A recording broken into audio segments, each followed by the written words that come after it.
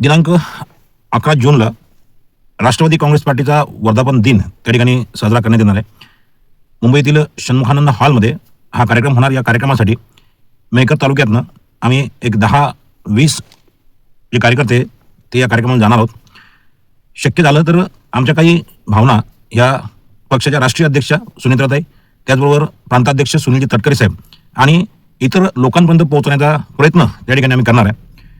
मला आठवते 2024च्या विधानसभा निवडणुकीच्या अनुषंगाने मनोजदादा कांदे यांच्या प्रचारासाठी छगनजी भुजबळ साहेब हे त्या सभेची, त्या निवडणुकीची प्रचाराची सांगता करण्यासाठी सिंदखेड राजा या ठिकाणी आले होते.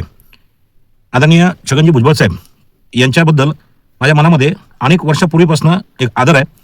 कारण माझ्या वयाच्या 14-15व्या वर्षी राज्य पातळीवरचा कोणी मोठा नेता जर प्रत्यक्ष त्या ठिकाणी पाहायला मिळाला असेल किंवा त्यांच्यासोबत त्या वेळेला फोटो काढायचा योग आला असेल तर ते सन्माननीय छगनरावजी भुजबळ साहेब.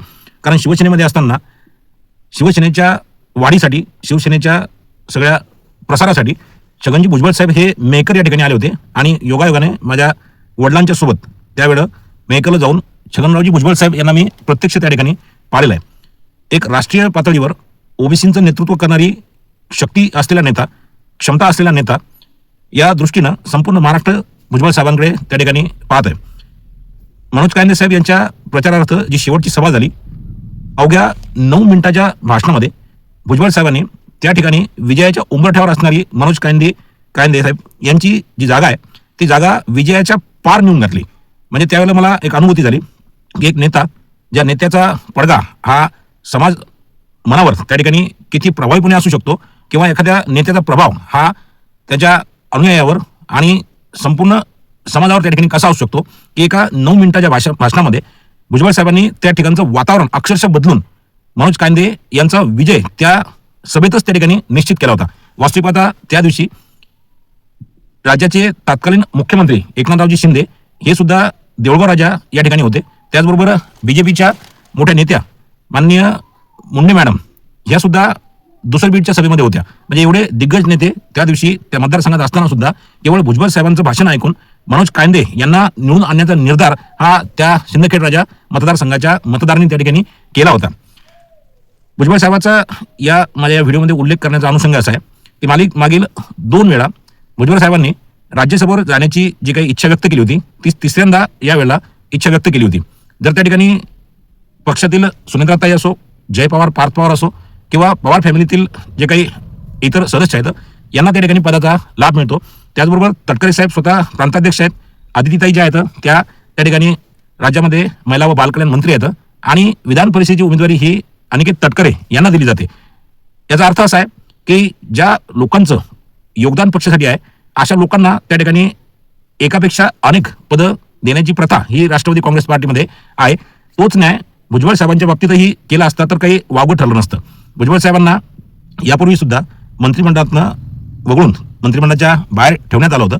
अजितदादा हयात असताना त्यावेळेला मी व्यक्त झालो होतो की भुजबळ साहेबांच्या व्यतिरिक्त महाराष्ट्र राज्याचं जे काही मंत्रिमंडळ आहे ते शोभून दिसत नाही किंवा भुजबळ साहेबांच्या व्यतिरिक्त मंत्रिमंडळ होऊच शकत नाही अशी भावना मी त्या ठिकाणी व्यक्त केली होती. सांगायचं तात्पर्य असं आहे की पक्षाने यापूर्वी अमोलजी मिटकरी साहेब यांच्या रिक्त झालेल्या विधान परिषदेवर जिशानजी सिद्दकी यांना त्या ठिकाणी आमदारकी बहाल केली. त्यानंतर जे काकडे साहेब आहेत, संजय काकडे यांचे चिरंजीव विक्रम काकडे हे बीजेपीमधनं त्या ठिकाणी आपल्या राष्ट्रवादी काँग्रेसमध्ये आले होते. त्यांचा प्रवेश नसताना सुद्धा त्यांचं जे काही विधान परिषदेचं सीट आहे पुण्याचं ते पक्षानं त्या ठिकाणी जाहीर केलं होतं.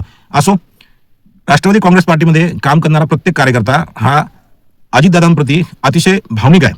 म्हणजे या राष्ट्रवादी काँग्रेस पार्टीच्या वरिष्ठ लोकांनी घेतलेले जे निर्णय आहेत ते सगळे निर्णय अजितदादांसाठी, अजितदादांपोटी असलेलं जे प्रेम आहे त्या प्रेमापोटी शिरसावंद मानण्याचा हा जो प्रघात राष्ट्रवादी काँग्रेस पार्टीच्या कार्यकर्त्यामध्ये आहे. म्हणजे जो कोणी निर्णय होईल किंवा जो कोणी निर्णय करेल त्या निर्णयाला मान्यता देण्याची भूमिकाच ही आमची राष्ट्रवादी काँग्रेस पार्टीच्या कार्यकर्त्यांची आहे. परंतु आशाताई अमोल मिटकरी साहेबांसारख्या की ज्यांनी अजितदादांबद्दल त्या ठिकाणी आवाज उठवला, त्यांच्या परीने त्यांची क्षमता तेवढी नसताना सुद्धा क्षमतेच्या बाहेर जाऊन त्यांनी अजितदादांसाठी त्या ठिकाणी संघर्ष केला. त्याचबरोबर पुण्यामध्ये सुद्धा काही अजितदादांच्या खांद्याला खांदा लावून काम करणारे कार्यकर्ते होते की विक्रम काकडेच्या ऐवजी इतर लोकांना सुद्धा त्या ठिकाणी विधान परिषद देऊ केली असती तर ते पक्षासाठी फायद्याचं ठरलं असतं. त्याचबरोबर छगनरावजी भुजबळ साहेब यांनी जी इच्छा प्रकट केली की त्यांना केंद्रीय राजकारणामध्ये त्या ठिकाणी सक्रिय व्हायचं आणि केंद्रीय राजकारणामध्ये राष्ट्रवादी काँग्रेस पार्टीच्या माध्यमातून एखादा ओबीसीचं नेतृत्व करणारा नेता जर दिल्लीमध्ये असता तर ते पक्षाला फायद्याचंच झालं असतं, त्याच्यामध्ये कुठल्या प्रकारचा पक्षाला तोटा झाला नसता. त्याचबरोबर त्यांनी जी अपेक्षा व्यक्त केली की समीर भुजबळ यांना राज्यामध्ये त्या ठिकाणी मंत्री करावं आणि त्यांच्या माध्यमातून येवला मतदारसंघ जो रिक्त होणार होता तो येवला मतदारसंघ समीर भुजबळ यांना देऊ करावा. यामध्ये कुठल्याही प्रकारचं काही वावगं झालं असतं किंवा वेगळं झालं असतं असं नाही. येवला मतदारसंघ हा भुजबळांना त्या ठिकाणी राखणं जरुरी आहे. जर ते राज्यसभेवर गेले आणि येवल्यामध्ये जर आणखी दुसरा कोणी आला असता तर ते भुजबळ साहेबांच्या भवितव्यासाठी, राजकीय भवितव्यासाठी ते एक घातक झालं असतं. त्यामुळे भुजबळ साहेबांची जी अपेक्षा होती, जी त्यांची मागणी होती ती रास्त होती. समीर दादाला त्या ठिकाणी मंत्री करून त्यांना आमदारकी बहाल करण्यामध्ये काही चुकीचं झालं नसतं. माझी या वर्धापन दिनी एक इच्छा आहे, अपेक्षा आहे की जनमानसामध्ये लोकप्रिय असलेले आणि सर्वसामान्यांसाठी झगडणारे नेते या नेत्यांना त्या ठिकाणी पदं द्यावी, ना की केवळ काही विशिष्ट प्रकारचा लाभ या नेत्यांकडे जर होत असेल.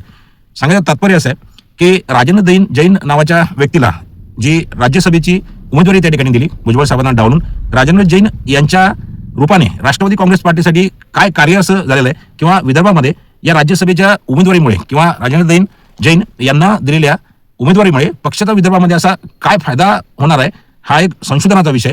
म्हणून माझी या वर्धापन दिनी जे आमचे पक्षाचे राष्ट्रीय अध्यक्ष आहेत सुनीताताई, त्याचबरोबर प्रांताध्यक्ष आहेत आणि इतर मोठमोठाले जे काही आमचे नेते आहेत यांना विनंती आहे की जे मास लीडर आहेत, ज्यांचा समाजावर त्या ठिकाणी प्रभाव पडू शकते आणि ज्यांच्यामुळे पक्षाचं त्या ठिकाणी भलं होऊ शकते, अशा नेत्यांनाच त्या ठिकाणी आपण प्राधान्यानं त्या ठिकाणी पदं द्यावी, जेणेकरून आपल्या राष्ट्रवादी काँग्रेस पार्टीचं काहीतरी भलं होईल. वर्धापन दिन हा प्रत्येक पक्षाच्या वाढीसाठी म्हणून तो साजरा केला जातो की त्या वर्धापन दिनामध्ये काही ध्येय धोरणं त्या ठिकाणी ठरवल्या जातात आणि त्या ध्येय धोरणावरनं पुढे वर्षभर त्या पक्षाची वाटचाल होत असते. तर या वर्धापन दिनी हे एक ध्येय धोरण आपण ठरवावं अशी माझी अपेक्षा आहे, अशी माझी वरिष्ठांकडे मागणी आहे. सरतेशेवटी अजितदादांवर असलेलं प्रेम आणि या प्रेमापोटी पक्षश्रेष्ठींनी घेतलेला प्रत्येक निर्णय कदाचित तो थोडासा चुकीचाही जरी झाला तरी तो आम्हाला मान्य करावा लागणार आहे, तो आम्ही मान्य करणार आहे. धन्यवाद. जय महाराष्ट्र, जय राष्ट्रवादी, जय अजितदादा.